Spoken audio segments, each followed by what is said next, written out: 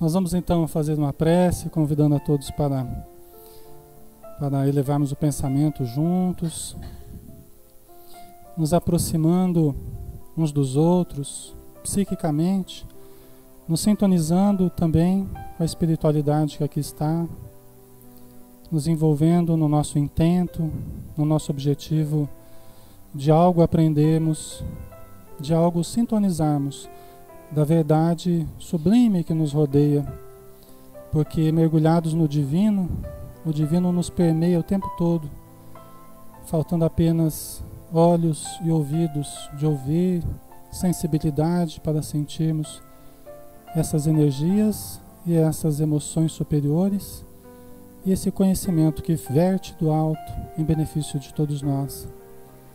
Muito obrigado, Senhor Jesus, pela presença de amigos do plano físico e do plano espiritual. E que a luz do Teu amor permaneça conosco, hoje e em todos os instantes da nossa vida. Que assim seja. Bom, pessoal, nós vamos dar continuidade hoje, onde nós paramos, a respeito dos fatores de desequilíbrio.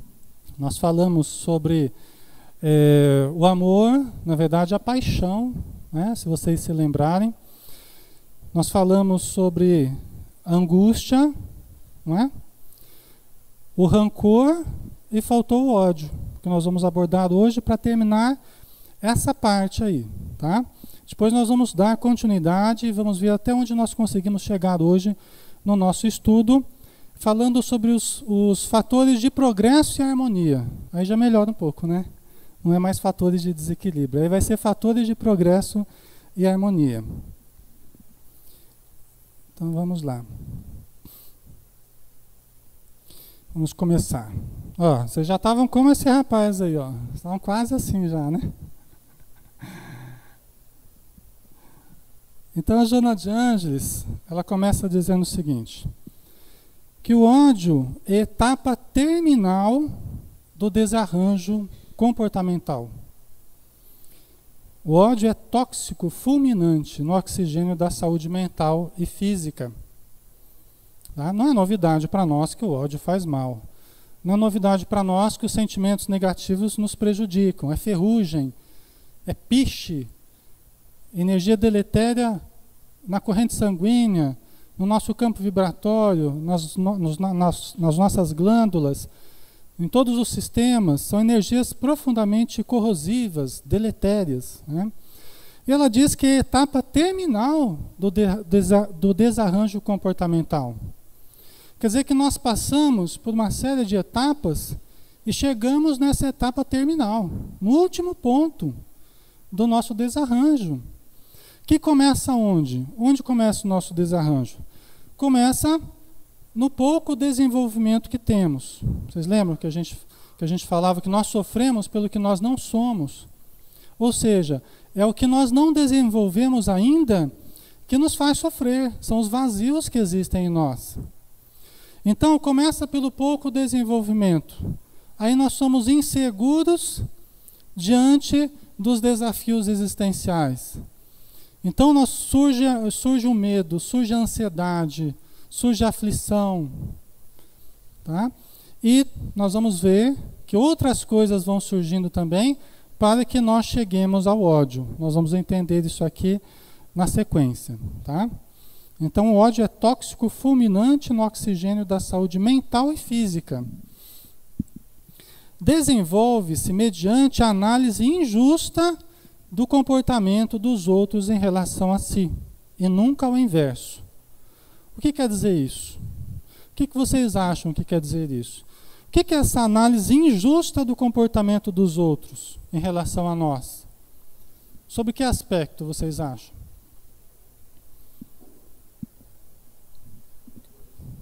Oi?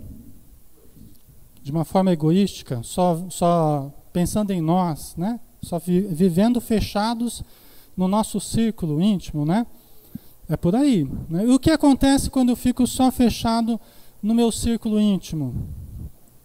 O que acontece? Quando eu convivo com os outros, mas eu fico apenas fechado em mim mesmo, o que acontece comigo e com a minha visão das coisas? Não expande, né? Não expande para onde? Para onde que ela não expande?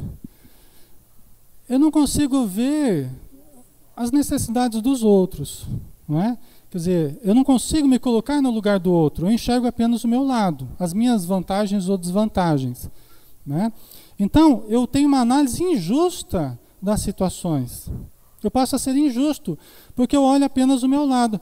Ora, a justiça, o símbolo da justiça não é aquela balança lá, né? Para pesar as coisas, não é? Quando eu olho só o meu lado, eu não estou pesando os pensamentos, as necessidades, as emoções, os desejos do outro. Por isso eu passo a ser injusto. Eu analiso as situações de uma forma injusta, né? Eu sempre acho que eu estou sendo prejudicado, que eu estou sendo lesado, que eu estou sendo marginalizado, né? E eu não percebo que às vezes eu estou fazendo isso com os outros. Por isso que é uma análise injusta. Eu sou sempre a vítima, né? Ok? Então, como é que se desenvolve esse ódio? Eu tenho um conceito lá em cima, um conceito equivocado da realidade, como a gente acabou de dizer.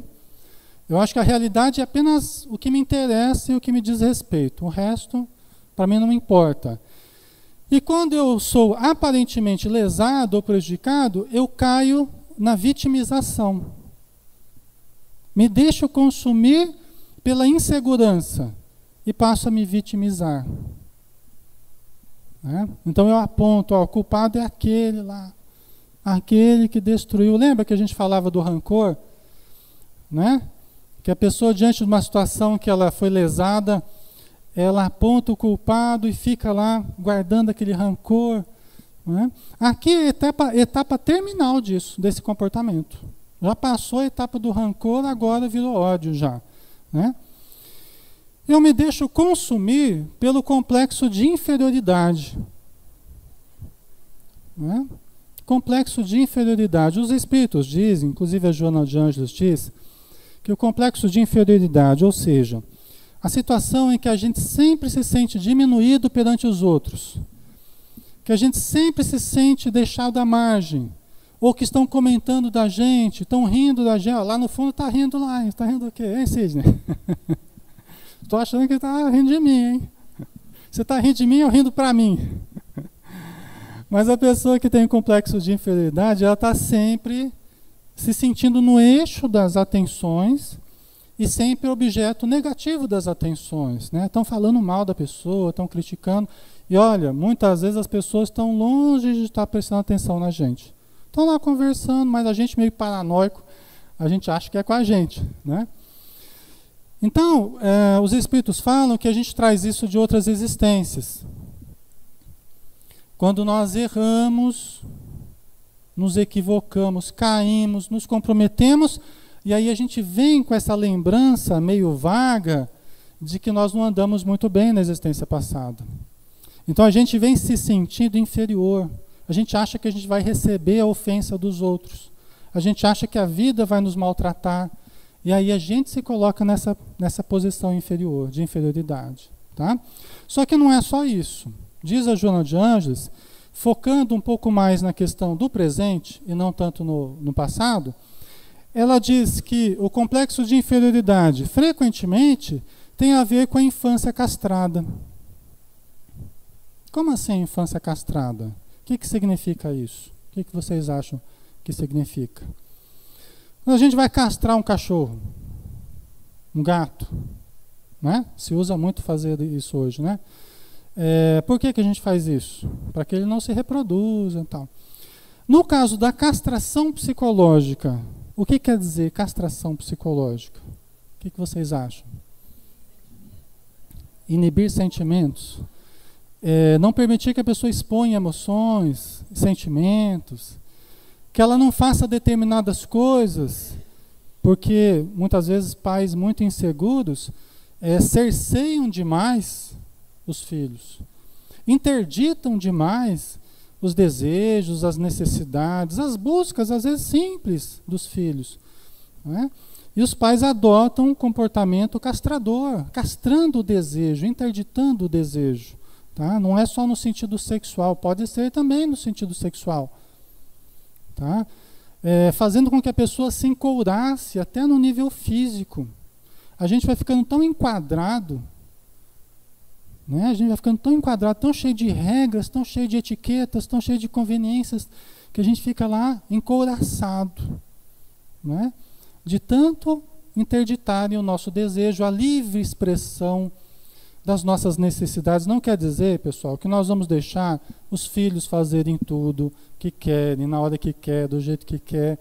Nem só os filhos, e também as outras pessoas. Não quer dizer que tudo que a gente desejar vai ser bom. Mas quer dizer que muitas vezes nós tratamos de uma forma muito violenta com o não. Não tem casos de agressividade que vão parar no conselho tutelar, casos de agressão terríveis que a gente vê, não é? Muitas vezes é o que a gente vê fisicamente, mas é aquela castração psicológica que é feita durante anos que a gente nem fica sabendo, não é? Então tudo isso faz parte, cria frequentemente o complexo de inferioridade, né? A frustração do desejo, falta de afeto, né? Quando a pessoa não pode fazer nada, ela tem desejos, ela queria tantas coisas e ela nunca sentiu capaz. E os pais nunca estimularam para que ela se sentisse capaz. Pelo contrário, isso aí não vai dar certo não. Isso aí para você não serve. Isso aí você nunca vai conseguir. Você não. E às vezes projetando as inseguranças dos próprios pais, tá? Projetando as inseguranças que são nossas, dos pais, das mães, sobre os filhos, achando que eles não vão conseguir. Muitas vezes somos nós que estamos desacreditando de nós mesmos, né? Falta de afeto. Quantas e quantas vezes a gente coloca os filhos um monte de atividades, enche a agenda do filho, e é um fazer compulsivo, tem que fazer, a criança de 10 anos já com o tempo todo lotado, e sai de uma coisa e vai para outra, não tem nem tempo de brincar direito. E às vezes os pais, os filhos não têm tempo de olhar nos olhos e conversar e ter um afeto, desenvolver o comportamento afetivo. Por que não? Ao invés de eu dar o afeto, eu dou atividades para fazer. Eu encho a pessoa de atividades para que nós não vivamos o afeto. Não dá tempo. A gente não faz isso com a gente mesmo, né? A gente fica correndo tanto, e a gente não para conversar, tal, e a gente não para mesmo. Assim. Nós vivemos meio que nesse esquema, não é? Então, sair disso também é um desafio para nós, né? Mas para a criança, prejudica na sua formação, né? O medo de perda, a insegurança, tá? Tudo isso, frequentemente, tem a ver com as carências cultivadas na infância, com as perdas que a criança já teve na infância, com a falta de convivência com os pais, né, deixado às instituições para cuidarem, né, com todo respeito às instituições que cuidam das crianças pequenas ou grandes, é um mal necessário ainda. Tá? Tem muita gente que defende, né, os jardins e pré-jardins e maternais e tal, mas na visão psicológica, as nossas necessidades, elas não mudam pelas injunções econômicas. Né? A gente fala assim, eu quero dar o melhor para o meu filho e tal, né? Mas as necessidades psicológicas, elas não estão nem aí para as nossas necessidades econômicas. E elas não vão mudar porque a gente quer que elas mudem. Porque nós, no nosso utilitarismo, no nosso consumismo, né, no capitalismo que a gente vive, a gente acha que tudo vai dar um jeito, vamos levando, tudo vai se dar um jeito. Mas não é bem assim. Muitas vezes ficam danos para a vida inteira. Gerando ansiedade, gerando depressão, vazios existenciais, né? Às vezes as pessoas sequer lembram do passado, parece que houve um vazio existencial, tá? Frequentemente tem a ver com certas ausências que ela sofreu, tá? Principalmente da mãe, do pai, né? Da convivência saudável no lar, tá? Então tudo isso, pessoal, quando alguém nos faz mal, tudo isso vem à tona, as nossas frustrações, conflitos, inseguranças, medos de perder as coisas. E o que a gente faz? A gente tem esses arremessos de ondas mentais de ódio, agressividade, chegando até a violência. Tá? A criminalidade é um conjunto de carências, um conjunto de faltas, de ausências, durante um largo período. É o que é a criminalidade. Por isso que a gente precisa tomar muito cuidado no como a gente elabora as leis e como a gente penaliza as pessoas. Por quê? Porque é fácil a gente falar pena de morte, perpétua, e aí, assim vai, né?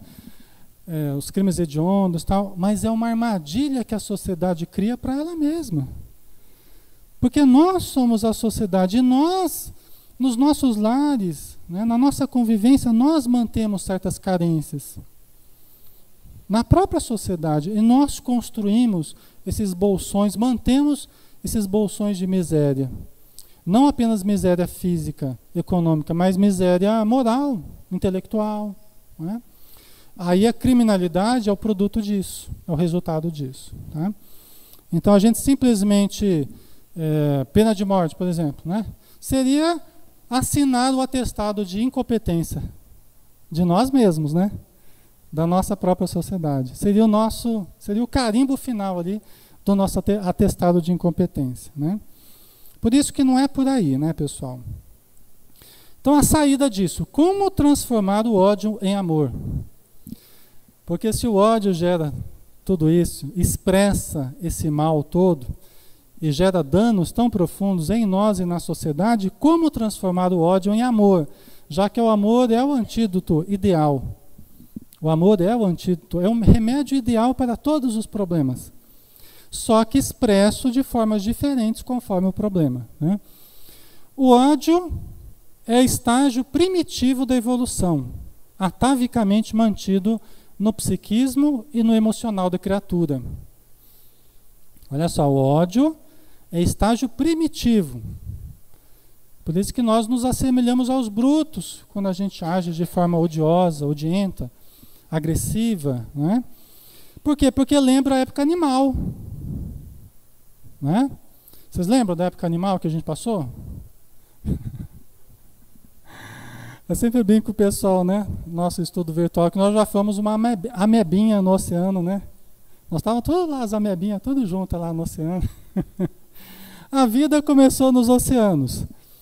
E nós, como diz o próprio Livro dos Espíritos, nós começamos, num princípio, na pergunta 540, os Espíritos falam assim, olha, tudo se encadeia na natureza, desde o átomo até o arcanjo, porque o arcanjo também começou por ser átomo.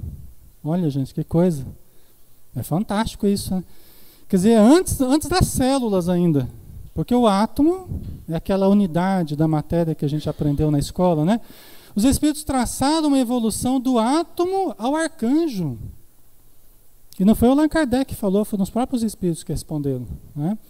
Então a gente passou um largo período na animalidade. E uma das lembranças que a gente tem é essa, né? Da violência, da agressividade, né? Da defesa, que a gente se defende rudemente às vezes, é a lembrança do passado animal. Nós transitamos por todos os reinos, mineral, vegetal, animal e hominal. Nós temos a herança em nós. Sabia que nós temos a herança em nós? Nós temos a herança do mineral em nós. Não temos? Onde que está a herança do mineral em nós? Especificamente onde? A matéria agregada em nós. Especificamente onde? Os ossos. Os ossos. Oi? A epífise também, né?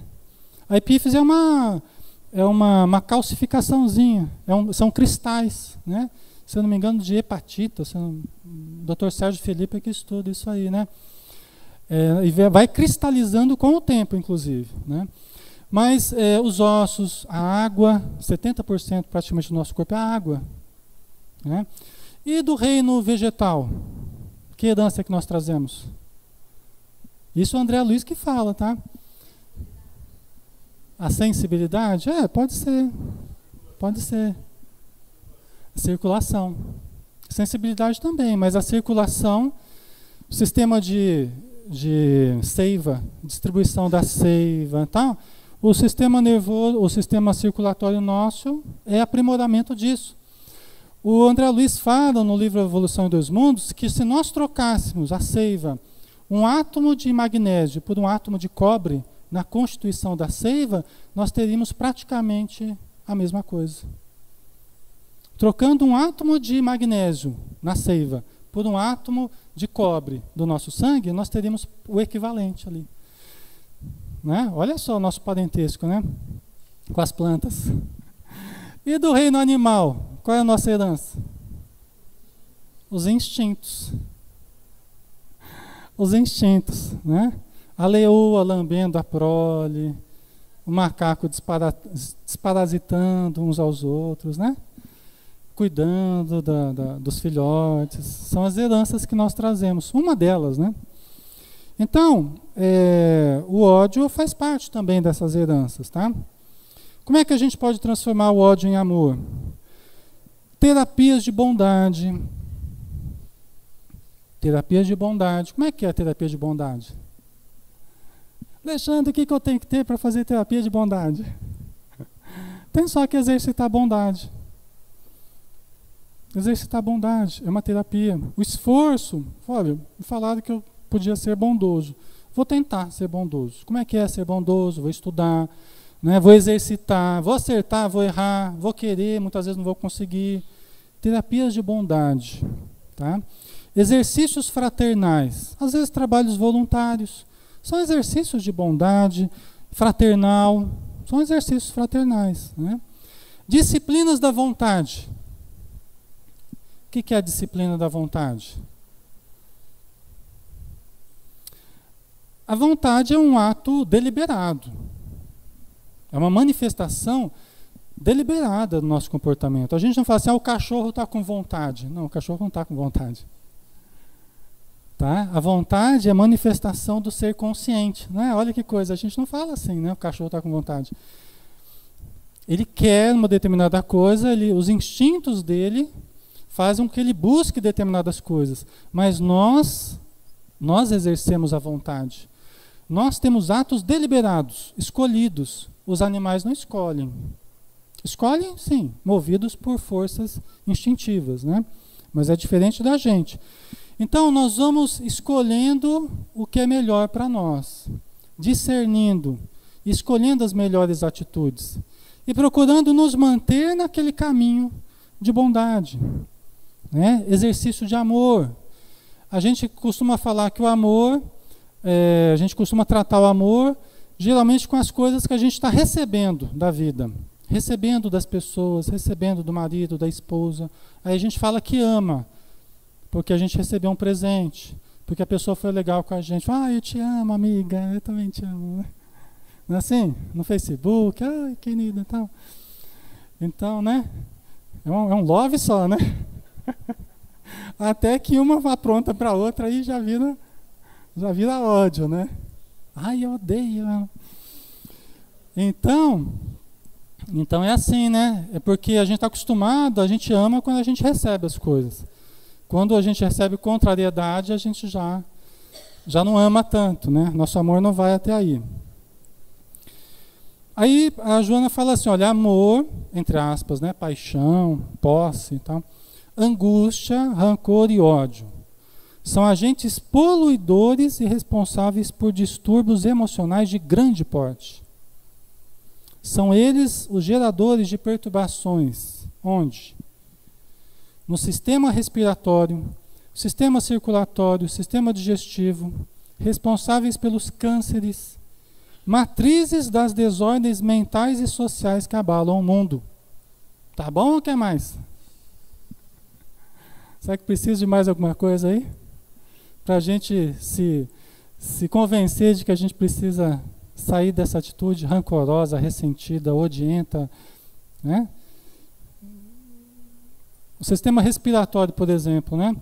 Quando a gente guarda sentimentos negativos, emoções, cultiva essa energia negativa, represa isso em nós aqui no chakra cardíaco, Olha os pulmões, olha a relação coração, pulmões, está tudo próximo aqui, né? A gente contamina essa região. A gente prejudica o coração. Hoje, ainda, do maior número de mortes, ainda são problemas do coração. Endurecimento do coração. Falta de sentir mais.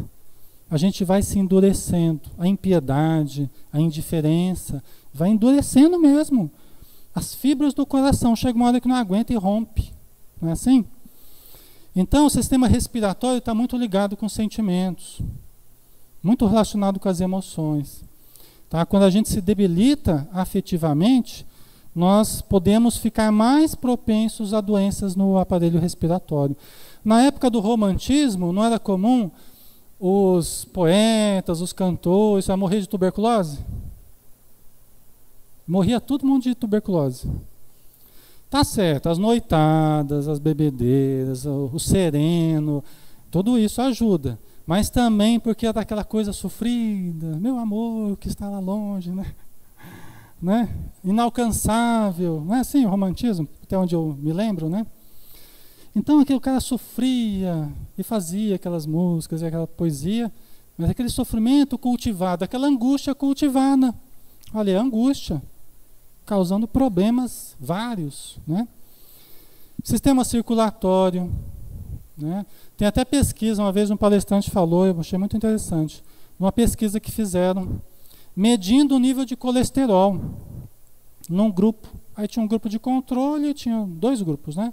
Um de controle e outro que ia ser submetido a algumas mudanças comportamentais, né? Foi medido o sangue nas pessoas antes delas receberem uma ofensa muito grave. Entrou uma pessoa na sala e brigou com todo mundo e tal, e esculachou todo mundo. Aí foram medir o sangue dela, já tinha dado alteração do colesterol. Questão de minutos. Tá? Já tinha dado. Né? Certas alterações no sangue, que normalmente a gente não acredita que é possível, mas acontece. Tá? Então, o sistema digestivo, por exemplo, os espíritos falam que às vezes diarreias inexplicáveis. Diarreias inexplicáveis. Fulano lá dá uma confusão lá no intestino, né? Por que vem, às vezes, essas diarreias? Por quê? Porque o cultivo de certos sentimentos, certas energias desequilibradas que o corpo não quer reter. O que ele faz? Ele quer expulsar de qualquer jeito. Ele quer lançar fora de qualquer jeito. Então destrambelha o sistema digestivo e o sistema excretor também. Tá? Os cânceres, né, a gente já tem falado, aí as pessoas, os estudiosos têm falado dos cânceres relacionados aos sentimentos negativos. Né? As desordens mentais e sociais que abalam o mundo. Ela fala que vem desse amor, paixão, angústia, rancor e ódio, que vai destruindo o equilíbrio mental e social de todos nós. Tá? Por quê? Porque quando a gente passa a cultivar esses sentimentos e essas energias, nós vamos alterando o funcionamento do sistema nervoso. Por isso que acabamos precisando de remédios psicotrópicos, né, para depressão, transtorno bipolar, ansiedade. São as alterações que nós vamos criando no nosso psiquismo. Ok, pessoal? Certo? E como é que a gente faz para conseguir a saúde? De onde que vem a saúde? A saúde, ela procede do ser eterno. A saúde depende só do presente? Você nasceu num corpo saudável, você tem saúde. Você não nasceu num corpo saudável, você não tem saúde, porque você não teve sorte de nascer numa família geneticamente boa, ou ter condições boas de alimentação, né, ou boa convivência. Depende só da sorte, pessoal? Depende do acaso? Depende do que, então? Né? Das experiências anteriores que a gente viveu. Tá? Nós somos herdeiros de nós mesmos. Frequentemente nós vemos os reflexos dos atos do passado a se refletirem no nosso corpo físico. E analisando o nosso corpo físico, dá para a gente deduzir provavelmente onde é que a gente tem errado. Pessoas que hoje lutam para ter filhos, provavelmente tiveram dificuldades nessa área. Talvez não souberam valorizar a maternidade, talvez o aborto no passado, talvez o comprometimento das zonas reprodutoras, tanto o homem quanto a mulher, o abuso no campo do sexo. E assim vai, a lei de causa e efeito, ela é muito esclarecedora nesse sentido, né? Conforme vemos nas enfermidades kármicas. Nós temos muitas enfermidades que nós pedimos para vir, para ter, porque nós precisávamos nos reajustar com a nossa consciência. Porque nós erramos naquele campo. Eu atirei numa pessoa lá no coração. Eu lesei a minha consciência. E eu lesei a estrutura vibratória do meu perispírito. Então, eu vou precisar, provavelmente, vir com problema no coração. Porque a minha consciência pede isso. Eu preciso me reajustar com a minha consciência. E aí, quando eu venho, eu vou sofrer a vida inteira com certos problemas no coração. E aí eu fico em paz comigo mesmo, se eu souber aproveitar bem essa experiência que eu estou tendo, né?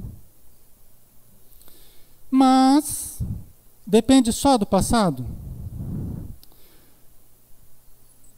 Então, não tem nada a ver com o presente, minha saúde? Depende só das encarnações passadas? Sim ou não? Não, né? Do que depende então? Aí diz a Joana de Anjos, depende da sua consciência no presente. Qual é o nível de consciência que você tem? Para viver bem, para escolher bem, para cultivar bons hábitos. Como é o seu comportamento? Como são suas atitudes? O seu contato com as pessoas é harmônico? Ou você está sempre trocando vibrações deletérias com os outros? Porque dizem os espíritos, quando nós brigamos com alguém, nós não estamos apenas trocando palavras e frases ofensivas, estamos também trocando energias poderosas. Não tem aquela situação do Chico Xavier lá, que aquela senhora, que ele estava com pressa, né? E a senhora, que ele passou uma receita para ela, um receituário mediúnico lá, e ela foi conversar com ele. Chico, Chico. Aí ele falou, minha Nossa Senhora, lá vem aquela senhora de novo, né? E ele estava atrasado e ele não queria parar. Aí o Emmanuel apareceu para ele e falou, Chico, atende aquela senhora, conversa com ela. Aí ele parou e foi conversar com a senhora. E explicou para ela, estava com uma dúvida com relação a uma receita e tal. Aí depois, eles se despediram, estava já alguns passos dela, quando ela virou, Chico, ele, ai meu Deus, de novo. Só que ela falou assim, vai com Deus, não é assim? Vai com Deus. E aí ele viu, com a ajuda do Emmanuel, ele viu um jato de luz sair da boca da senhora e vindo na direção dele. Olha o poder, né? Quando a gente abençoa alguém, quando a gente fala bem de alguém e quando a gente fala mal. Poderia ser o inverso, já pensou? Vem aquele jato de energia negativa, né? Então depende da nossa consciência no presente, do nosso comportamento, da nossa personalidade. Como é que a gente costuma conviver e reagir das pessoas, tá? Depende da nossa identificação. Quais são os nossos gostos no presente? O que a gente gosta de ler? O que a gente gosta de ver? Filmes, né? O que a gente gosta de procurar na internet? O que a gente gosta nos momentos que a gente está em grupo ou que a gente está sozinho? São hábitos saudáveis? São identificações saudáveis? Ou são identificações doentias, viciosas, deletérias? Né? Então, conforme essas identificações, eu vou ter a minha estrutura de vida. Conforme esses 3 elementos, eu vou ter a minha estrutura de vida. Tá? Vou ter saúde ou doença. O passado é importante? É. Mas o presente é muito importante também. Tá? Inclusive, a gente pode mudar certas disposições do passado. A gente pode sofrer menos, mesmo que traga problemas kármicos. Tá? Pessoal, qualquer paradinha que vocês quiserem, assim, em termos de dúvida, fique à vontade, tá? Aqui até a gente está mais perto, é mais fácil até da gente interagir. A qualquer momento que quiserem dar uma opinião ou perguntar alguma coisa, pode, tá? Fica bem à vontade. Pessoal da internet também. Espera que eu me enrosquei aqui.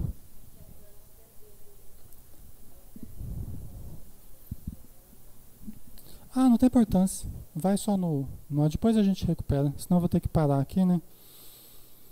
Aqui está passando os slides lá também. E aí o pessoal vai ouvindo, depois a gente ajeita aqui, tá?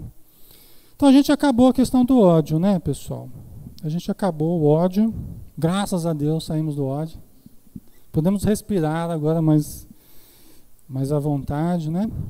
Nós vamos começar a falar agora das condições de progresso e harmonia. Né? Como criar as condições para o nosso progresso e harmonia? Nós vamos entender isso aqui, né? Na estrutura profunda da individualidade humana, encontram-se as experiências milenárias do ser, nem sempre harmonizadas entre si, geradoras de conflitos e complexos negativos que a atormentam. Tá? Então, pessoal, nós somos uma individualidade. O que quer dizer isso? Vocês lembram o que é individualidade? Personalidade é o presente, a nossa personalidade atual. Individualidade é o conjunto das encarnações que nós já tivemos. É o conjunto das personalidades. Tá? Imagina um arquivo. Você tem lá um arquivo daqueles de pastas assim, né? Cada ficha, vamos pensar assim, cada ficha... Ah, vem uma aguinha aí. Obrigado, mãe. É uma personalidade. Tá? Cada ficha que a gente tem. E a individualidade, obrigado, é o arquivo todo. É o conjunto de todas as fichas, de cada encarnação que a gente teve. Tá? Se a gente fosse pegar um disco, por exemplo, um disco daqueles de vinil, daqueles que vocês ouvem em casa lá, não tem? Aparelho vinil, não tem? Vocês não sabem o que é isso? A maioria aqui sabe, viu? Não vem cidade desentendido não, viu? A maioria sabe, eu tenho certeza. Só de olhar assim na carinha de vocês, eu sei. Não vou falar como que eu sei, mas eu sei. Tem uns e outros aí que não, mas tem a maioria. Você pega um disco, você tem várias faixas, né? Cada faixa é uma encarnação diferente. E tem uma gravação diferente. Tá? É bem interessante essa questão do disco aí. E o disco todo é a nossa individualidade. Tá? Então nós temos na nossa estrutura profunda essas várias personalidades que nós já fomos. Vocês acham que elas estão vivas ou mortas dentro de nós? Muito bem. Né? Estão vivas dentro de nós, exatamente. De vez em quando uma delas dá o ar da graça. Aí ela fala, estou aqui, cuidado comigo. Né? Cuidado comigo que eu ainda estou vivo aqui. Vocês não viram nada, né? Mas de vez em quando elas dão o ar da graça.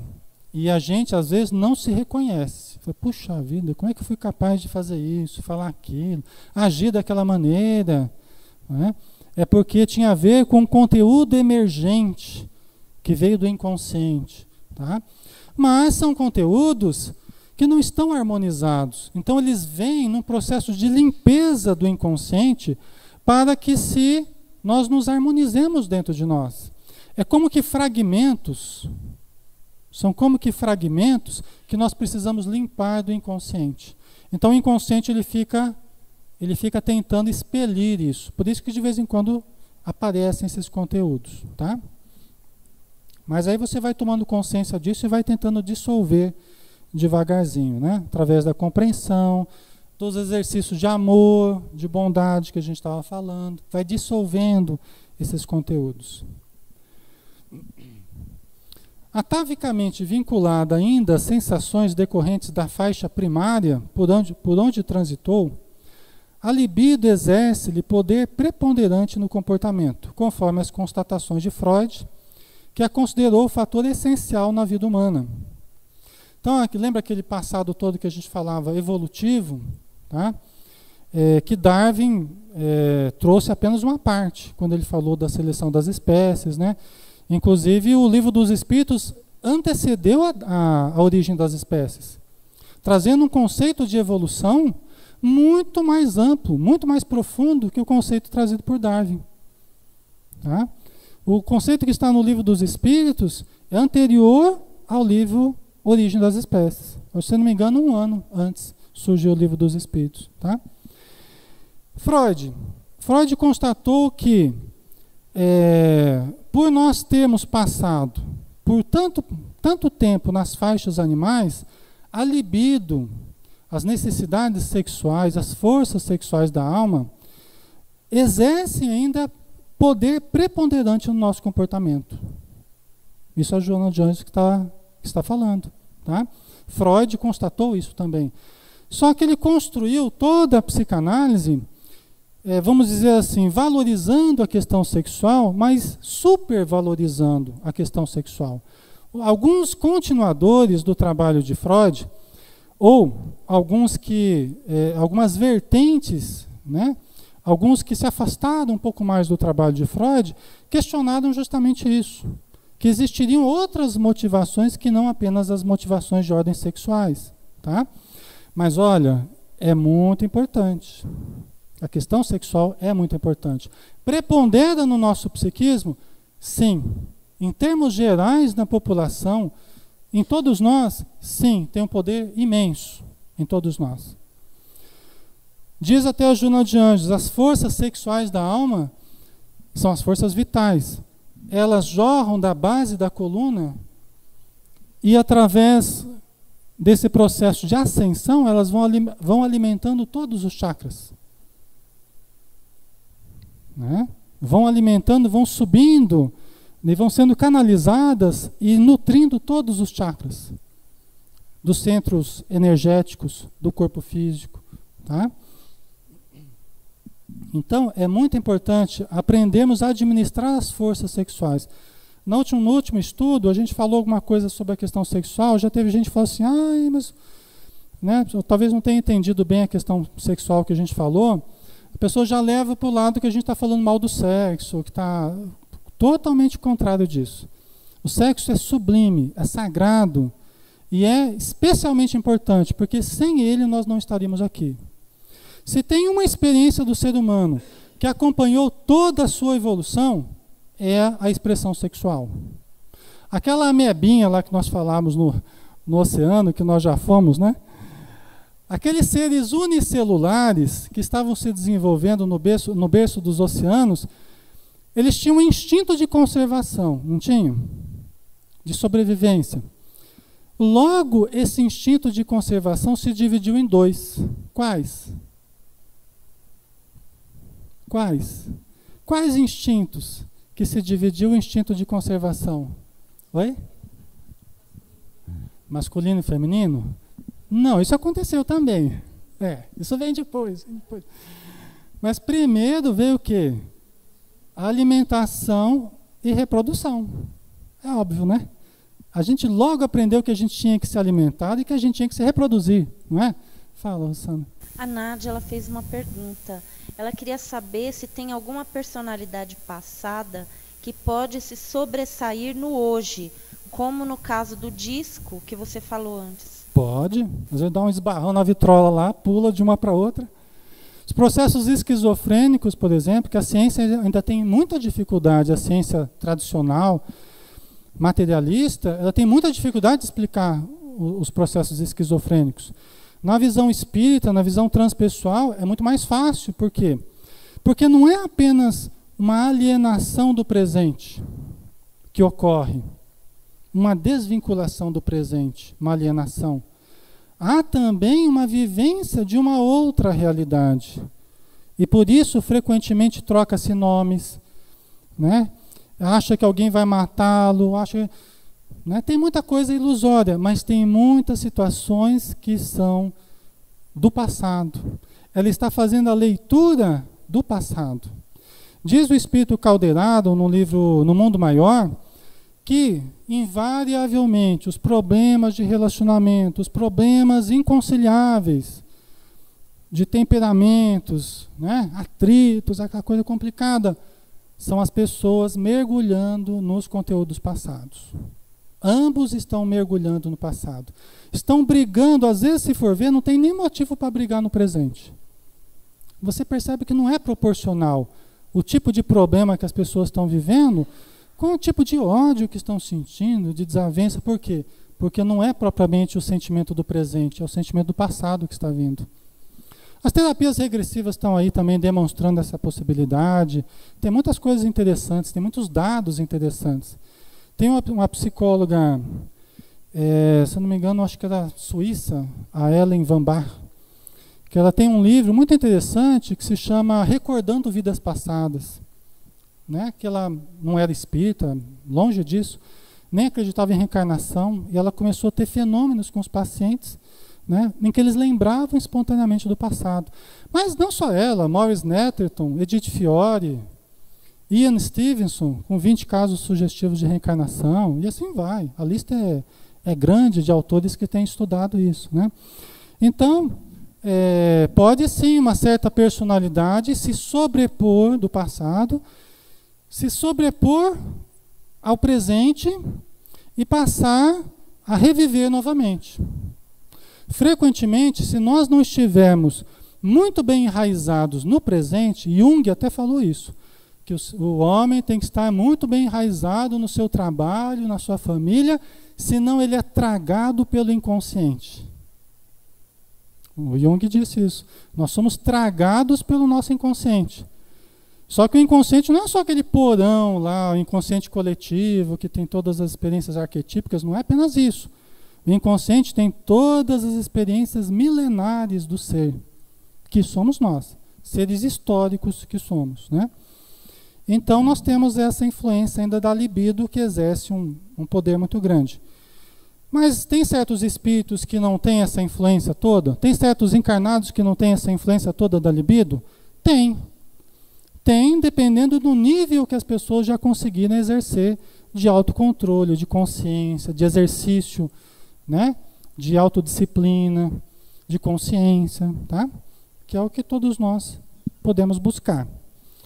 E aí a valiosa contribuição do Freud. Né? Ele nasceu em 1856, 1939, a sua morte. Né? Foi um estudioso que muito contribuiu para o conhecimento do psiquismo de todos nós. Né? Criador da psicanálise. Né? Observando os diversos fenômenos de conduta e as terríveis angústias como exacerbações da emotividade das criaturas, o mestre de Viena organizou todo o edifício da psicanálise. Tá? Observando as angústias das pessoas, dos pacientes que o procuravam, né? Os sofrimentos que chegavam, as neuroses que surgiam para ele, os histéricos, né? As histéricas, problemas de paralisias. Aí tem vários casos que Freud tratou e retratou nos seus livros. Né? Depois vocês podem pesquisar. Né? O que ele observou? O que ele observou? Tá? Isso aqui nós vamos en passant. Tá? A manifestação sexual castradora ou liberada. Né? São algumas das coisas que Freud observou. A manifestação sexual castradora ou liberada. O que quer dizer isso? A castração. A gente já falou um pouquinho sobre isso. Né? Quando a família entende mal, entende de uma forma equivocada e neurótica, complicada em si mesma, acaba coibindo a pessoa em todas as suas manifestações sexuais. O contato com o corpo, o contato com a genitália, o próprio uso, a masturbação, né? Que é tido como uma coisa pecaminosa. Ainda hoje, né, no meio religioso, a masturbação é tida como uma coisa pecaminosa. Né? Na Idade Média, o sexo era coisa do demônio. Né? O corpo, né? Nós éramos nascidos do pecado. Não é assim? Para que ia batizar o indivíduo lá? Para que ia batizar? Por que batiza até hoje? Para tirar o pecado. A justificativa teológica, podem falar o que for, mas a justificativa teológica que se sustentou durante todo esse tempo é essa. Por quê? Por causa do pecado original, do Adão e da Eva, que foi dado uma conotação sexual e não tinha.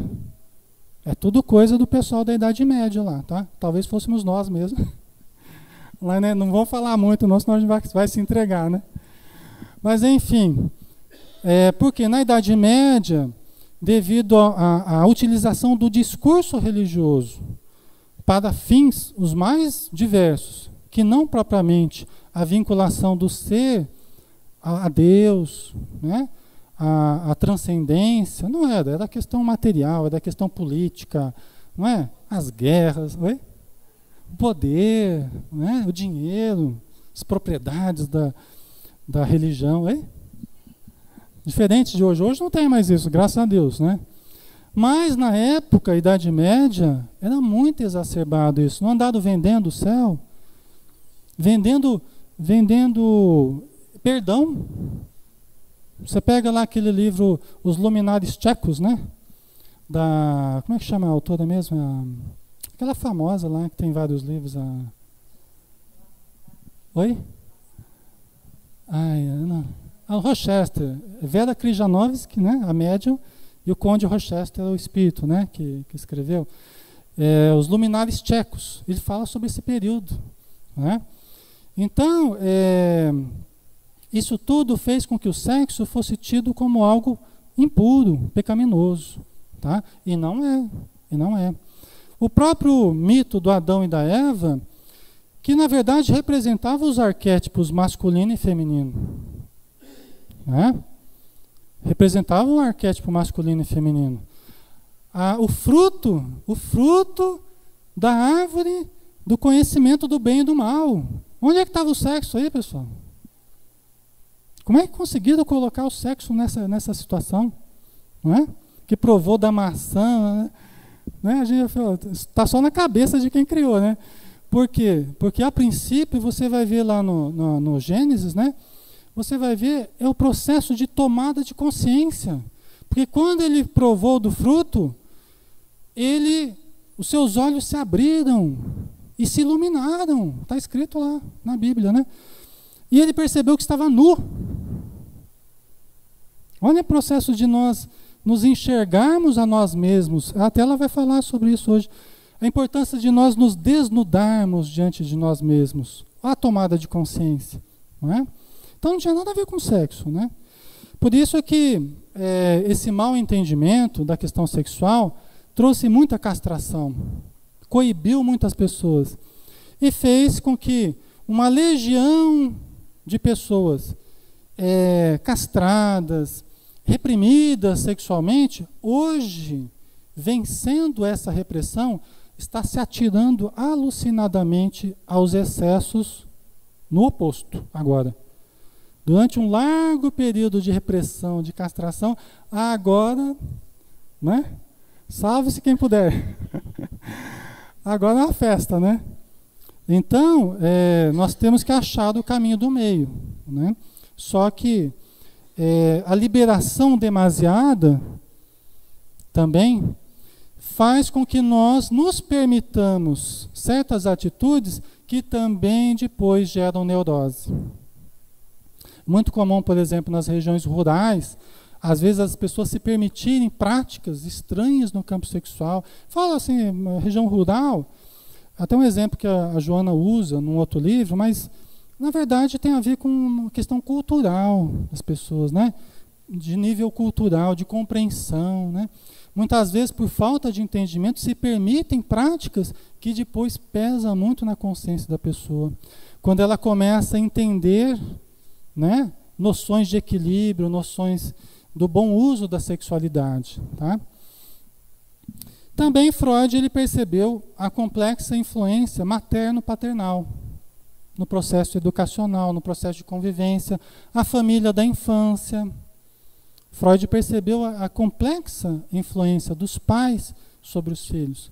Inclusive, o superego, que não é o superconsciente, né, que é uma parte inferior do ego, como diz a Joana de Ângeles, onde nós registramos muito fortemente a presença, as atitudes dos pais, do pai e da mãe, nos enquadrando o tempo todo, nos castrando ainda, nos reprimindo ainda. Por quê? Porque eles se imprimiram de uma forma muito forte sobre o nosso psiquismo, pela agressividade, né? Pela coerção, tá? Então, nós ainda temos isso. Por isso que o processo terapêutico, ele é também, e uma das principais funções da psicoterapia, da terapia, do autoconhecimento, é nós descobrirmos quem somos, para sermos mais nós e menos eles, os pais. Tá? Ok, pessoal? Descobrimos quem somos, o que queremos, o que pensamos, e menos os nossos pais. Ah, mas o meu pai é bom, minha mãe é... Tudo bem, ótimo, né? Mas as coisas boas que nós trazemos, excelente. Mas e as coisas que foram penduradas em nós e que não nos pertenciam? E os conceitos que foram passados e que nós questionamos hoje? Eu falo, olha, hoje pensando melhor, aquilo que eu vinha reproduzindo, que eu trazia da minha infância, hoje eu acho que não é assim, não. Eu penso diferente. Não é? Já aconteceu isso com vocês? Não é? Então, é um processo de autodescoberta. E eu me torno menos o outro e mais me conheço a cada dia. Tá? Me torno mais eu mesmo. Bom, os desejos irrealizados e consciências de culpa também foi detectado por Freud, né? As frustrações dos desejos, a culpa que as pessoas trazem, muitas vezes em função do que a própria sociedade estabelece, né? Das conveniências que a sociedade estabelece, embora haja uma lei, como diz a Joana de Anjos, o entendimento da moralidade passa pela compreensão de que existem duas leis. Existem duas leis. Uma lei conveniente, uma lei de cada época, de cada momento, de cada lugar. Quando querem mudar as leis, mudam lá para aumentar o salário, não sei o quê, então cria uma lei. Então tem essas leis, essas regras que nós seguimos. Mas existe uma outra lei mais profunda, que se baseia no próprio indivíduo, no seu corpo, nas leis que regem o universo. Por exemplo, não tem lei nenhuma que nos impeça de nós nos matarmos. Vamos pegar uma coisa menos radical. Não tem lei nenhuma que impeça você de morrer, mais suave, de morrer pelo alcoolismo, por exemplo. Tem alguma lei que fala assim, você não pode se matar bebendo? A pessoa pode beber à vontade. Não pode dirigir bebendo. Não é assim? Aí a nossa lei da época aqui da sociedade estabelece que não. Agora, chegam os espíritos lá no plano espiritual, com os registros do álcool no organismo, e são tidos como suicidas. Né? E são tratados como pessoas que desviaram-se da lei. Da lei que estava impressa no próprio organismo, no próprio perispírito, no próprio corpo físico. O André Luiz, ele se surpreendeu, falou, puxa vida, né? Eu não sabia que os menores atos da vida iam ser contabilizados. Se eu soubesse. E o Henrique de Luna, o médico lá, olhando o perispírito dele, olha, aqui os seus órgãos demonstram excesso de comida, excesso de bebida. Os seus órgãos sexuais, ele adquiriu sífilis pelo comportamento sexual dele. E tem alguma coisa tem alguma lei nossa que regula isso tudo? Não tem. Só que, não obstante, ele chegou no plano espiritual e lidou com a lei divina, expressa no próprio perispírito dele. Olha que interessante. Então, o nosso crescimento moral, ele passa pela compreensão dessa lei mais profunda, que regula a natureza, o nosso corpo, o nosso perispírito, a nossa consciência. Né? Então, nem sempre o que é legal será moral. Nem sempre o que é moral será legal. Tem coisas que são morais e não são legais. Não estão impressas nas leis. Tem coisas que são legais, mas não são morais. O pessoal não consegue achar brechas e brechas aí nas leis, né? Fazer o que querem, né? Então isso demonstra essa dualidade das leis que nós precisamos compreender. Pessoal, 4h15, né? Será que a gente podia dar uma paradinha? Geralmente é assim que a gente faz, né? Para umas 4h15, aí depois faz um lanchinho. Hoje não vai ter lanchinho, desculpe, tá? Hoje não tem... né? Não, vai ter sim, tá? Vocês acham que a gente ia deixar vocês passar fome? Vocês estão todos com cara de fome, gente. Nem almoçaram hoje. Brincadeira, né? Então vamos fazer uma pausa de uma meia hora, aí a gente volta aqui para continuar, tá bom? Até daqui a pouco.